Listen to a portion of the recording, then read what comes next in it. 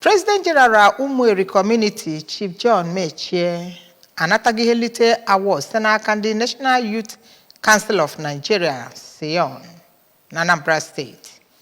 Ndị Anambra Youth Commander nke ya bụ otu nọ n'izuụka ole gara aga wee nyekwa ihe nlite award ma gụziri ya dịka nnukwu nna otu ha na Anambra North Chapter nke NYCN. Ya bụ ihe nlite award bụ iji wee sị ya daalụ na ntụnye niile ọ na-atụnye iwulite ndị ntorobịa nakwa ịkwalite ọrụ mmepe na Umueri Community. Onye ọrụ anyị Queen Anịgbọgụ n'ebe a ma weta ozi aka isore Queen.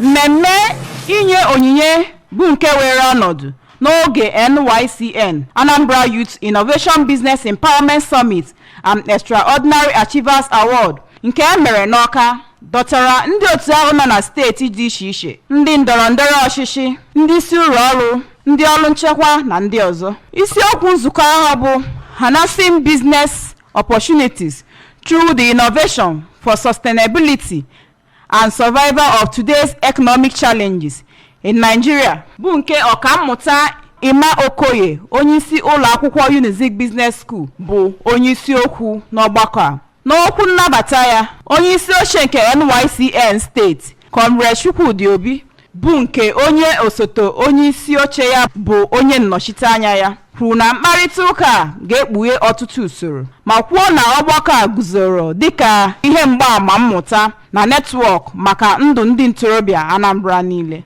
Mgbe ọ natachara ihe nrite ahụ, President General nke Umueri Chief John Mechie, nke onye enyemaka ya pụrụ iche bụ onye nnọchiteanya ya Maazị Joshua Winner, dụrụ ndị ntorobịa ọdụ ka ha na-akwado ọfụma maka ihe ga-eme n'iru site n'ịdị na-agbasi mbọ ike bido taa ma zere ihe ọbụla nwere ike imebi ọdịnihu ha. Kọmishọna na-ahụ maka gburugburu ebe obibi Injinia Felix Odumegwu kwuru na idebe gburugburu ọcha bụ ọrụ onye ọbụla. O kwuru na ọ bụrụ na ndị ntorobịa ghọtara ọrụ ha ga na-arụ maka nkwado gburugburu ebe obibi ha, na ha ga-eji obi ha niile nabata ya. Ọ dụkwara ha ọdụ ka ha nọgide n'ịdị ọcha. Ndị ọzọ nwetara ihe nrite gụnyere minista na-ahụ maka ihe gbasara ụmụ nwanyị Barrister Uju Ohanenye na Chief Chika Anyaegbu nke ụlọ ọrụ Chisco na ndị ọzọ.